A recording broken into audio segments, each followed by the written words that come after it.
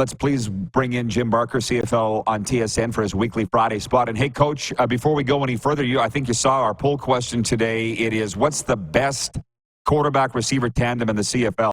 Fajardo-Philpott over there in Montreal, Harris-Schoen here in Saskatchewan, Collaros-Schoen in Winnipeg, or Harris-Bain here in Saskatchewan, or somebody else?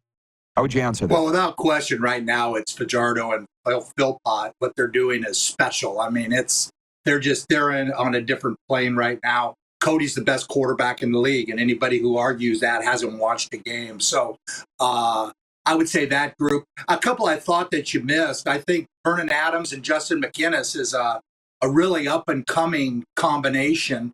And then one that happened 2 years ago, they didn't play last year. McLeod Bethel-Thompson and Curly Gittins in Edmonton, I think, have shown they have that rapport that you need, and they've shown it in their early games.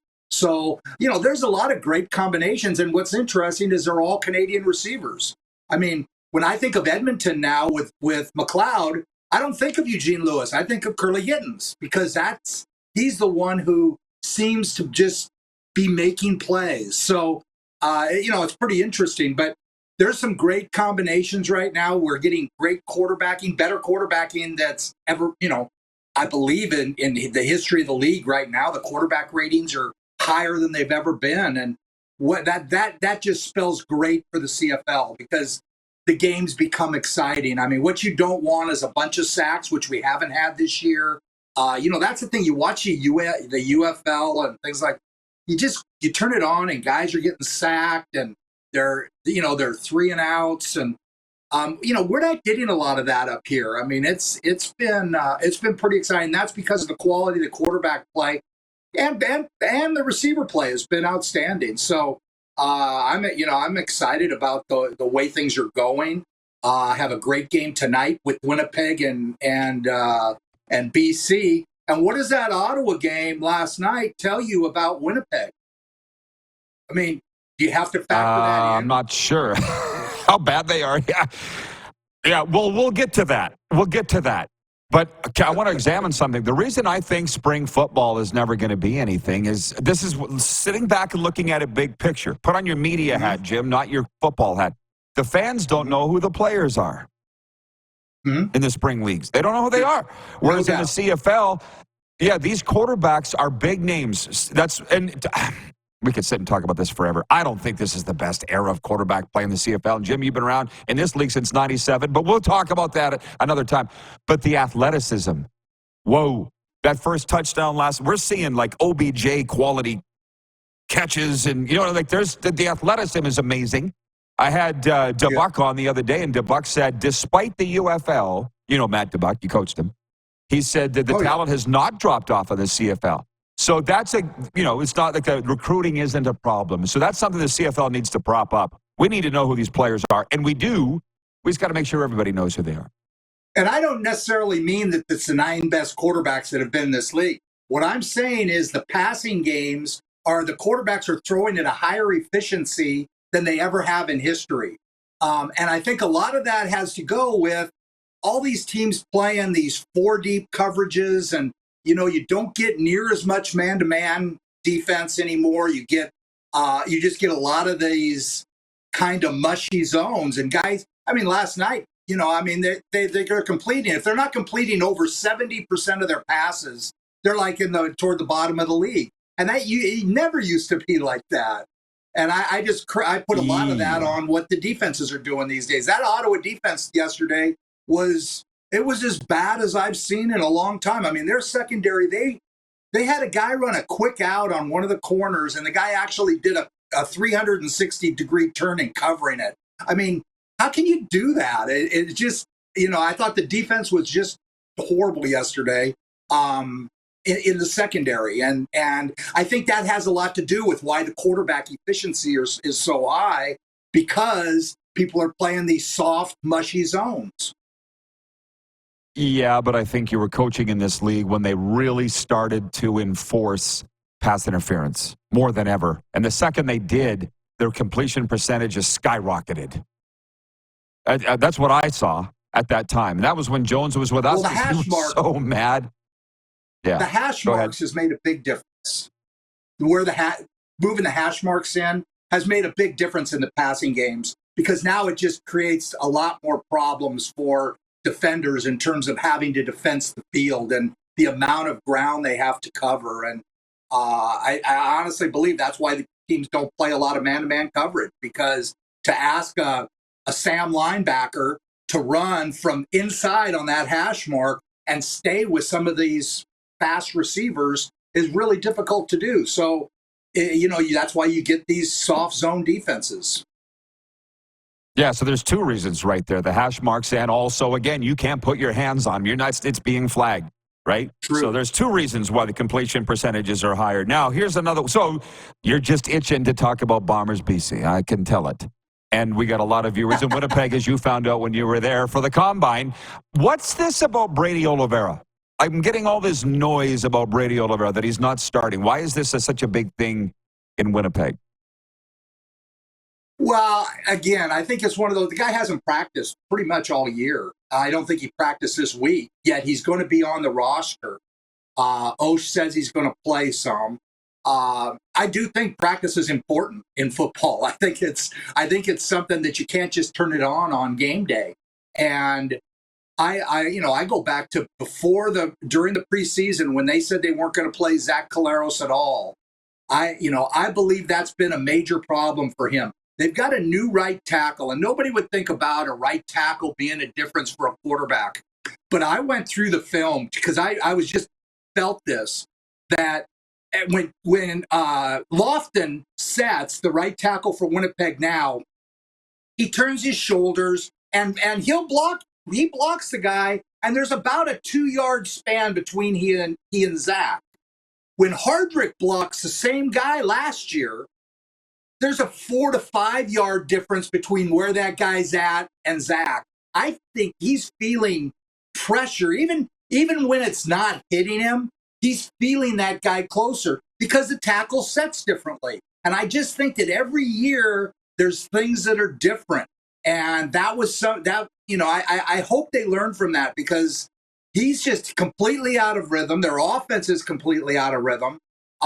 I just want to know, how much does that game Ottawa played last night spell as to what Winnipeg really is? I mean, to lose to that team the way they played last night, you'd say, oh my goodness, this is really a bad football team. So again, it's going to be really interesting tonight with BC coming in there, and BC's banged up. So they lost Katoy there, who's kind of important to them in terms of their blocking schemes and things like that. So it's going to be a really interesting game.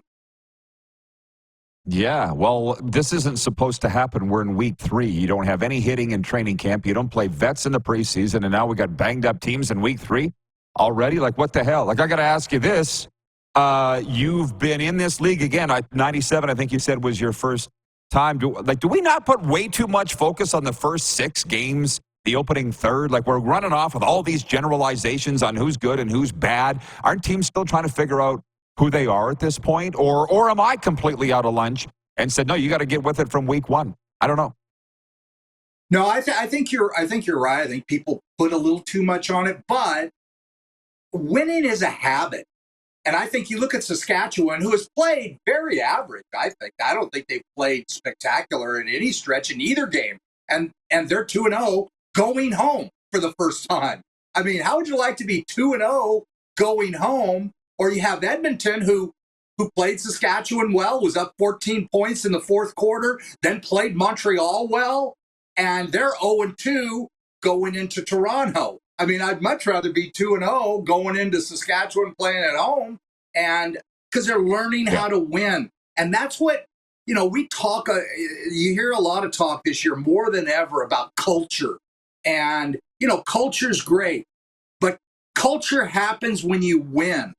And Winnipeg right now, they go and they change their defensive coordinator. They make Jordan Younger the defensive coordinator, and Richie Hall basically gets demoted. Now, whether he wanted, I don't know the ins and outs. They fire a special teams coach who had been to the Grey Cup 4 straight years. They fire him and hire Mike Miller. Now, those kinds of things to the normal person is like, well, anybody can come in and coach and anybody can do. but it affects that culture that you've tried to create. Now they have to reestablish it with a new group. I mean, they've had the same coaches there. They've had very little turnover. Their administration this year chose to take Hardrick, who, again, is a tackle, and you can't sign everybody. I mean, I get that. But he was a key part in their locker room. He was a key part in keeping that thing together. And you don't know how much until you're there. I just think that I think that's why these early games are important, Rod, because I think they're establishing what they are. And are they a team that can come back and win no matter what? Right now, the Rough Riders, they can be back 14 going into the fourth quarter against anybody in the league, and they're going to believe they can win. And that's just, a lot of teams will say it. I believe they really believe it now. And that's the kind of things that can happen for you early in the season, where you have a team like Edmonton continues to make errors in the fourth quarter, continues to, play pretty well. I mean, they're not playing terrible, yet they're 0-2, and they can't seem to get out of their own way. Beautifully said. Wally's always said football's about confidence. Riders believe they can win. Elks don't believe they can win. We're seeing it. We're seeing it on the field, Coach. So just moving on to the other games this weekend. I will get to Sask Hamilton because that's the one I really want to talk about. I voted for that as the game of the week.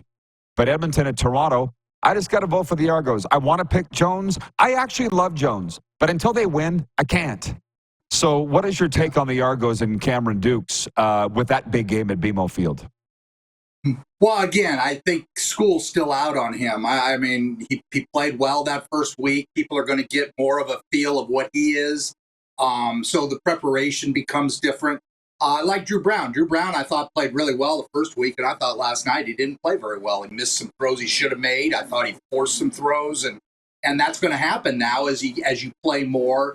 They prepare for you. So I just don't know about Cameron Dukes. I do believe that Ryan Dinwiddie puts him in great positions to be successful. But they're going to be without Tavares Daniels, who's, I think, really important to their offensive scheme.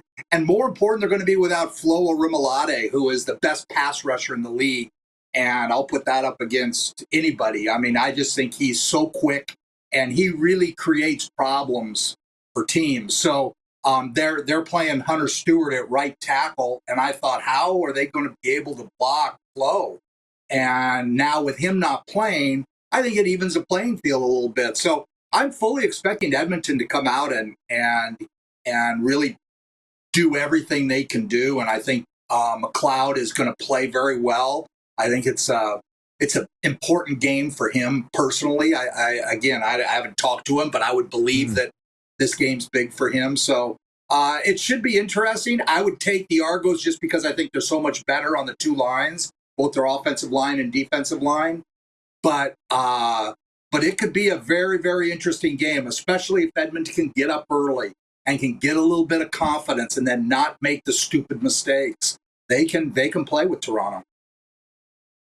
Well, with Macbeth, I call him Macbeth, his return to Toronto, the TSN guys call him MBT, whatever. He did such great things with the Argos. Think they'll have a video tribute for him or something? Or I would hope a nice ovation for McLeod for the game. What do you think the atmosphere? Or am I making too much of it? What is his place? What's his place in history with the Toronto Argonauts? I think they'll give him a nice ovation. He won a Grey Cup, and I think they value that. And so I think the fans will treat him very well. He wanted to take a shot at the NFL and then ended up playing in the UFL. So I don't think that's being held against him by any stretch. And then Chad Kelly steps in and wins the MVP. So McLeod went somewhere else. So I think they'll give him a nice ovation. I think it is a big game for him. I think he really wants to show up and play. I just worry about how they're going to block the defensive front of Toronto, because Toronto had 6 sacks against BC.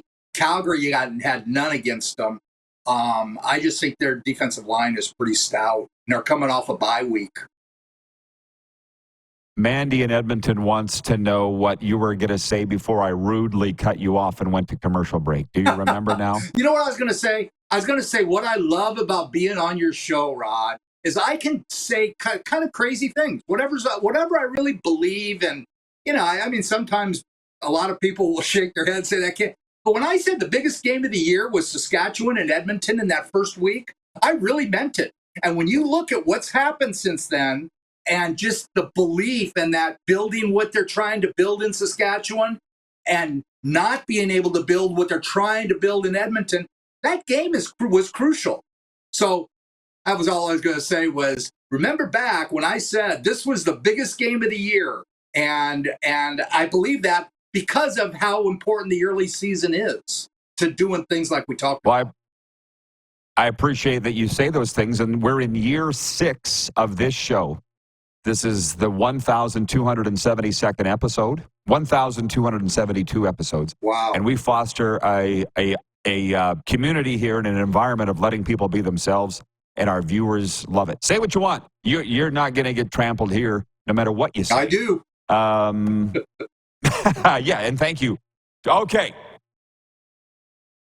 Bo comes to Sask Sunday. Mm-hmm.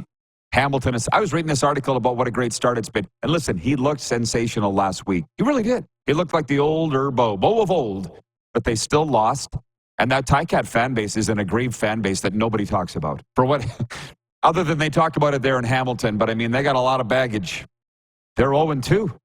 And I think Sask wins this week. What do you see out of this game? I'm not sure they win. I just think that Hamilton is as good a team. Sometimes the pressure of going in and playing at home. I mean, obviously, it's exciting to be able to play at home, but it also puts a different kind of pressure on you than Saskatchewan has had. So, they won this last week. Saskatchewan did, regardless of how they won. They won, and so they should be favored going into this one. I will say this. Bo Levi's playing as well as I've seen him play since back in like 2016, back before. I mean, he's moving around. He's throwing the ball on the run. His accuracy is great. His arm strength is great. I think he's seen the field real well, not taking a lot of sacks. They have a very good offensive line in front of them, and they're missing their 2 starting tackles. When they get Figueroa and Jordan Murray back, they're going to be a real force. They just got to get some wins. I actually picked them because I do think their offensive line is stellar. Defensively, they got to figure it out. And Trevor, I thought, did a great job of exploiting, holes in that zone defense. They play a lot of, they would get them in 2nd and 12 because Sask was having trouble running the ball. And you get into 2nd and 12 and they're Saskatchewan was able to get those and find the creases and find this. And that's what Trevor's good at. Trevor is going to kill you if you sit in zone coverage. And so it's an interesting game. Again, I think Hamilton, it's such a must win for them. They're like a dog in a corner right now. And I think in Bo Levi, they have a quarterback playing as well as anybody in the league. So that's what makes it such an intriguing matchup. I'll leave you with this. You've seen it from the outside, never having worked for the Rough Riders, coached against them forever. I'm just going to say this. As the voice of the team for 20 years, where you and I got to know each other, it is a cult. It's the Church of Rider Pride. They have got themselves so whipped up here that if the Riders don't win on Sunday, oh my God. And I sit back now because I'm not in the cult. I'm not. I've removed myself. I'm like, these people will believe anything that they're told by the team leaders. And I feel ashamed that I was the guy leading this for a long time. But I'm like, they don't necessarily see things for what they are. But I also think that is what the hardcore fan bases are of the iconic franchises. It's not just a Sask thing, right? That's what you want for your fan base. But I shouldn't say like any cult, but like any situation last year, they were ready to. People were throwing their tickets back. There was a lot of worry about, and they did lose money last year, which is unheard of in Saskatchewan. So fans were not happy. Now they go out and hire Corey Mace, and he's taken those 6 months that he's been hired, and he's changed the enthusiasm in the city. people want to be a part of what he's doing with that team. And now, do they need to quit taking penalties and doing? It won't be long before they're talking about him like they did about Craig. You know, Craig Dickinson's a good football coach. He's not he's not the way a lot of people in Saskatchewan, talk about him. And like I say, Corey has to change some of those things, and he will. He will. He's a smart guy. He understands people, and he's got that city behind him right now. And you're right. If that Saskatchewan town gets fired up on the Riders, it becomes a hellhole to play in. I mean, it's really tough for a visiting team. I've been there. For a visiting team. Right. Oh, I'm just saying, tough. Listen, we can go on about this all day, but I mean, they want to lift Corey Mace on their shoulders and carry him down Albert Street, but I'll remind you of this. Cody Fajardo, sprinkle of Jesus. Craig Dickinson, Coach of the Year 2019. They all knew that they'll turn on you in a second, and it hurts with the things that are said after you leave, but that's for us to get over because that ain't ever going to change. Mm-hmm. Coach, thanks. We'll be watching this weekend. Break a leg.